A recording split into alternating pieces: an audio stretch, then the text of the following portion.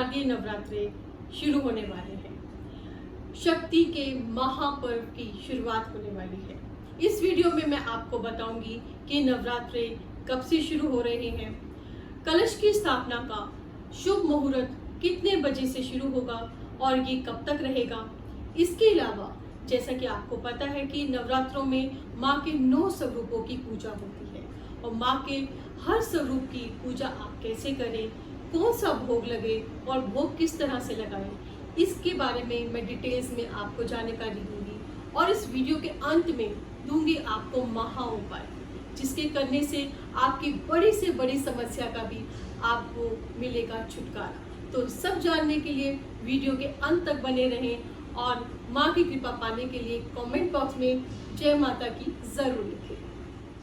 चलिए शुरुआत करते हैं माँ के बहुत खूबसूरत भजन की 2 पंक्तियों से। आई सवार होके दुर्गा जी भवंती, अमराने मोती वारे शक्ति देओन दे, आई सवार होके। जैसे कि आप सबको पता है, शारदीय नवरात्रों की शुरुआत होने वाली है और भक्त पूरा साल इन नवरात्रों की बेसब्री से इंतजार करते हैं। वैसे तो साल में 4 नवरात्रे आते हैं, 2 गुप्त और 2 प्रकट, और अधिकतर चैत मास में पड़ने वाले नवरात्रे और अश्विन मास में पड़ने वाले नवरात्रों की ज़्यादा महत्वता है। अश्विन मास में जो नवरात्रे आते हैं उनको शारदीय नवरात्रे कहा जाता है, क्योंकि शरद ऋतु के आरंभ में ये शुक्ल पक्ष की प्रथम प्रतिपदा से शुरू होते हैं। तो इस तरह ये 9 दिन लगातार नवरात्रे चलते हैं और 9 दिन माँ के अलग अलग स्वरूपों की पूजा बड़ी श्रद्धा और भाव से की जाती है। इस बार के नवरात्रे बहुत शुभ होने वाले हैं, क्योंकि इस बार नवरात्रे पूरे 9 दिन के होने वाले हैं। कोई भी तिथि घटी हुई नहीं है। कहा जाता है अगर घटी हुई तिथि हो तो उसकी शुभता कम हो जाती है, लेकिन इस बार पूरे 9 दिन आप माँ के 9 स्वरूपों की पूजा आराधना कर पाएंगे। और इस बार के नवरात्रे सुख, संपदा और खुशियाँ लेके आ रहे हैं, क्योंकि माँ की सवारी इस बार हाथी की है। और कहा जाता है जब माँ हाथी पर सवार होकर आती है तो वो पूरे विश्व को, हम सबको खुशियाँ, सौभाग्य और हम सबकी झोलियाँ खुशियों से भर देती है। तो हम सब मिलकर इस बार पूरी भावना से और श्रद्धा से नवरात्रों में महामाई की पूजा और आराधना करें। अब हम जान लेते हैं प्रतिपदा की तिथि कब शुरू हो रही है और उसकी समाप्ति कब हो रही है। इस बार जो शारदीय नवरात्रे हैं वो 15 अक्टूबर को शुरू होंगे और 24 अक्टूबर तक विजयदशमी के साथ इसकी समाप्ति होगी। प्रतिपदा की तिथि 14 अक्टूबर रात के 11:24 को शुरू होगी और 15 अक्टूबर रात के 12:32 तक रहेगी। जैसा कि आप सबको पता है, प्रतिपदा का बहुत महत्व है, क्योंकि इस दिन आप कलश की स्थापना करते हैं। कलश की स्थापना का सबसे महत्वपूर्ण, सबसे जो शुभ मुहूर्त है, किस वक्त आपको कलश की स्थापना करनी चाहिए, वो समय रहेगा सुबह दिन में 11:44 से लेकर 12:30 तक। ये जो समय है, इस समय आप कलश की स्थापना कर सकते हैं। अगर आप कलश की स्थापना नहीं कर रहे, आप अखंड ज्योत जला रहे हैं या आप सप्तशती का पाठ का संकल्प ले रहे हैं, आप किसी तरह से भी संकल्प लेकर नवरात्रों की शुरुआत करना चाहते हैं, तो आपको शुरुआत इसी मुहूर्त में करनी चाहिए। तो माँ माई की अपार कृपा आप पर हमेशा बनी रहे। भगवती की पूजा अर्चना के अलावा माँ के भोग का भी बहुत महत्व है। अगर माँ के अलग अलग स्वरूपों को आप उनको भोग लगाते हैं तो कहा जाता है आपके फल में कई गुना वृद्धि हो जाती है। माँ का पहला स्वरूप है शैलपुत्री माँ। माँ के इस रूप को अगर आप देसी घी का थोड़ा सा केसर डालकर भोग लगाते हैं, ऐसा करने से महामाई की अपार कृपा तो आपको प्राप्त होगी ही, साथ में आपको निरोगी काया मिलेगी और आपके जीवन के सारे दुख दूर होंगे। दूसरे दिन माँ के दूसरे स्वरूप ब्रह्मचारिणी की आराधना होती है। अगर आप लंबी उम्र की कामना करते हैं तो माँ को गुड़ की शक्कर का भोग जरूर लगाएं। तीसरे दिन माँ के तीसरे स्वरूप चंद्रघंटा की आराधना होती है। इस दिन अगर आप दूध और मेवे की बनी हुई खीर या दूध की कोई भी मिठाई से अगर आप उनको भोग लगाते हैं तो उस ऐसा करने से आपको आपके समस्त दुखों से छुटकारा मिलता है और आपके जीवन में खुशियाँ ही खुशियाँ आती हैं। चौथे दिन माँ के चौथे स्वरूप कुष्मांडा की पूजा होती है। कहा जाता है माँ के इस स्वरूप की पूजा करने से आपके मानसिक शक्ति बढ़ती है, निर्णय लेने की क्षमता बढ़ती है और इस दिन अगर आप मालपुए का भोग माँ भाई को लगाते हैं तो फल की वृद्धि कई गुना बढ़ जाती है। इस भोग को लगाने के बाद बच्चों में जरूर वितरित करें। पांचवें दिन माँ के पांचवें स्वरूप स्कंद माता की पूजा होती है।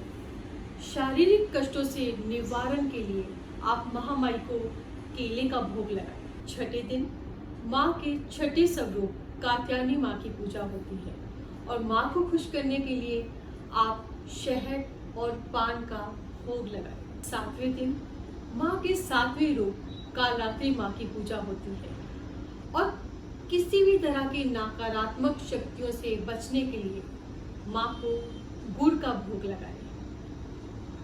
आठवें दिन माँ के अष्टम स्वरूप माँ गौरी की पूजा होती है। ये माँ अन्न धन देने वाली होती है।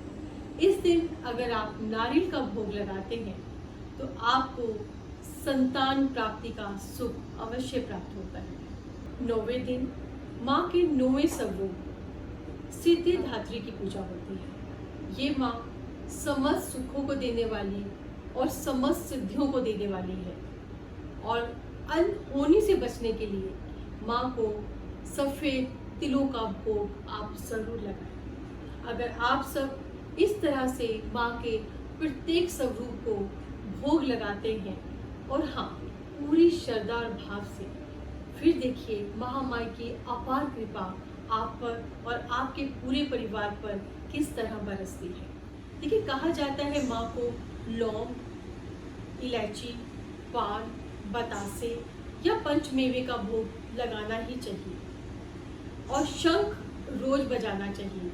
अगरबत्ती पूरे घर में रोज घुमानी चाहिए। लेकिन अगर आपको ऐसा लगता है कि आप इसकी व्यवस्था नहीं कर सकते तो आप अगर पूरी श्रद्धा भाव से 2 रुपए के बतासे भी चढ़ाएंगे ना तो वो भी माँ पूरे भाव से ग्रहण करेगी। चलिए अब शुरुआत करते हैं महा उपाय की। कहा जाता है नवरात्रों में अगर आप ये उपाय करते हैं तो उनका फल कई गुना बढ़ जाता है। नवरात्रों में ईशान कोण में सुबह 4 बजे से 7 बजे तक आप एक दिया जरूर जलाएं। 9 दिन लगातार आप इसी समय में ईशान कोण में दिया जरूर जलाएं। ऐसा करने से आपके घर की नकारात्मक शक्तियां हैं वो खत्म हो जाती हैं और आपके घर का वास्तु दोष भी खत्म हो जाता है। नवरात्रि के दिन पहले दिन आप अपने घर में भी लाल रंग का झंडा चढ़ाएं और मंदिर में जाकर भी लाल रंग का झंडा चढ़ाएं। ऐसा करने से आपके यश और कीर्ति समाज में बढ़ेगी। अगर आपकी शादी नहीं हो रही या शादी में कोई अड़चन आ रही है, शादी हो चुकी है, वैवाहिक जीवन में कोई अनबन चल रही है, तो ऐसे में आप क्या करें? ऐसे में आप महामाई जो काली माँ है उनको श्रृंगार का सामान चढ़ाएं। कहते हैं कि काली माँ के आगे अगर आप श्रृंगार का सामान चढ़ाते हैं तो वो बहुत खुश होती है। रोज हर नवरात्रे में एक एक श्रृंगार का सामान चढ़ाएं। जैसे किसी नवरात्रे में आप चूड़ा चढ़ा के आ जाइए, किसी नवरात्रे में आप मेहंदी चढ़ा दीजिए, कभी आप काजल चढ़ा के आइए, कभी आप बिंदिया चढ़ा के आइए, कभी आप पायल चढ़ाइए, बिछुए चढ़ाइए। इस तरह रोज 9 नवरात्रे आपको श्रृंगार का सामान चढ़ा के आइए।